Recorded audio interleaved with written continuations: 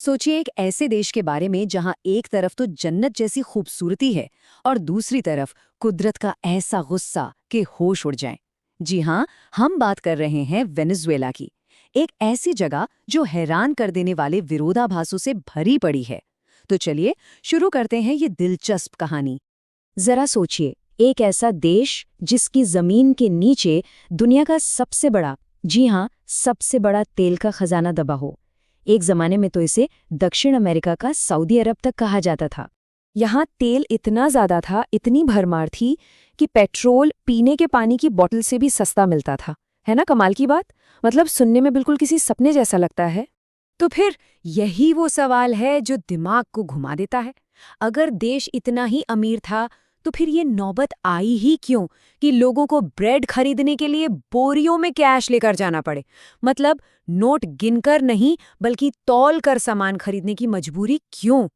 चलिए इसी पहेली को आज सुलझाते हैं। तो सबसे पहले वेनेजुएला की असल पहचान को समझते हैं। देखिए, ये एक ऐसी जगह है जहां एक तरफ तो ऐसी खूबसूरती मिलेगी जो दिल जीत ले, लेकिन दूसरी ही तरफ कुछ ऐसे खतरे भी हैं जो हैरान कर देते हैं। इसकी खूबसूरती की सबसे बड़ी मिसाल वो है एंजल फॉल्स।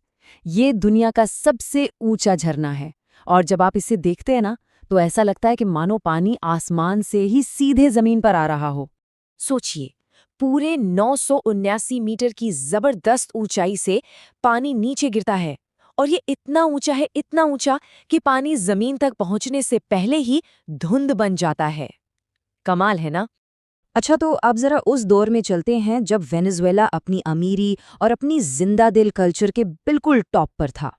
हुआ ये कि तेल से जो पैसा आया ना, उसने दुनिया भर के लोगों को यहाँ खींच लिया। स्पेनिश, इटालियन, पोर्टुगीज, अरब, जर्मन सब आए। और इसी वजह से वेनेजुएला के कल्चर में यूरोप, अफ्रीका और मिडिल ईस्ट का एक बड़ा ही अनोखा और खूबसूरत मिक्सचर देखने को मिलता है। और एक और मजेदार बात, जहां दुनिया के बाकी देश ब्यूटी पेजेंट को बस एक शो की तरह देखते हैं, वेनेजुएला में ये एक जुनून है, एक दीवानगी है। और इसका नतीजा 7 मिस यूनिवर्स और 6 मिस वर्ल्ड इसी देश से निकली हैं। सोचिए जरा। तो इस देश की किस्मत ने असली पलटी मारी 20वीं सदी की शुरुआत में, जब यहाँ तेल की खोज हुई और बस इस काले सोने ने वेनेजुएला को दुनिया के सबसे अमीर देशों की लाइन में सबसे आगे लाके खड़ा कर दिया। तो फिर हम वापस उसी बड़े सवाल पर आते हैं। आखिर इतना अमीर देश इतने बड़े संकट में फंसा तो फंसा कैसे? ये कहानी है अर्श से सीधा फर्श पर गिरने की। देखिए, 1970 के दशक में तो वेनेजुएला की अमीरी के चर्चे थे, लेकिन फिर आया साल 2014। पूरी दुनिया में तेल की कीमतें धड़ाम से नीचे गिरीं और बस वेनेजुएला की इकोनॉमी का जो गुब्बारा था वो फट गया और देश एक भयानक चीज, हाइपर इन्फ्लेशन की चपेट में आ गया। तो ये हाइपर इन्फ्लेशन होता क्या है? सीधी भाषा में कहें तो ये एक ऐसी आर्थिक सुनामी है जहां देश की करेंसी, मतलब वहां के पैसे की कीमत कागज के टुकड़े से ज्यादा नहीं रह जाती। और हालात इतने ज्यादा बिगड़ गए थे कि एक वक्त ऐसा आया जब लोग नोटों को गिनकर नहीं बल्कि तौलकर सामान खरीदने लगे थे। सोचिए, एक ब्रेड का पैकेट खरीदने के लिए बोरियों में नोट भरकर ले जाने पड़ रहे थे क्योंकि उन नोटों की कोई कीमत ही नहीं बची थी। लेकिन सवाल यह है कि ये सब हुआ कैसे? देखिए, इसकी 4 बड़ी वजहें थीं। पहली, देश पूरी तरह से सिर्फ तेल के भरोसे बैठ गया। दूसरी, खेती-बाड़ी, इंडस्ट्री, बाकी सब चीज़ों को एकदम नज़रअंदाज कर दिया गया। तीसरी, जब दुनिया में तेल के दाम गिरे तो देश की कमर ही टूट गई क्योंकि कमाई का कोई दूसरा जरिया तो था ही नहीं। और चौथी, इस घाटे को पूरा करने के लिए सरकार ने एक बहुत ही खतरनाक कदम उठाया। उन्होंने बिना सोचे समझे नोट छापना शुरू कर दिया और बस इसी एक गलती ने पूरे देश को हाइपर इन्फ्लेशन की आग में धकेल दिया। लेकिन इतनी मुश्किलों के बाद भी एक चीज है जो वेनेजुएला के लोगों ने नहीं छोड़ी, और वो है उनकी जिंदा दिली। उनकी रंगीन संस्कृति आज भी वैसी की वैसी ही है। यहाँ के लोगों में खेलों को लेकर एक अलग ही जुनून है और सबसे पॉपुलर खेल वो है बेसबॉल। मतलब बेसबॉल के लिए यहाँ जबरदस्त दीवानगी है और उसके बाद नंबर आता है बास्केटबॉल का।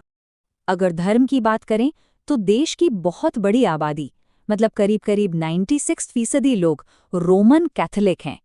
और हाँ, ये लोग हर पल को पूरे जोश के साथ जीना और मनाना जानते हैं। चाहे वो पेरुफानो कार्निवल जैसे रंग बिरंगे त्योहार हों या फिर डांसिंग डेविल्स जैसा अनोखा फेस्टिवल, यहाँ का कैलेंडर जश्न और उत्सवों से भरा रहता है।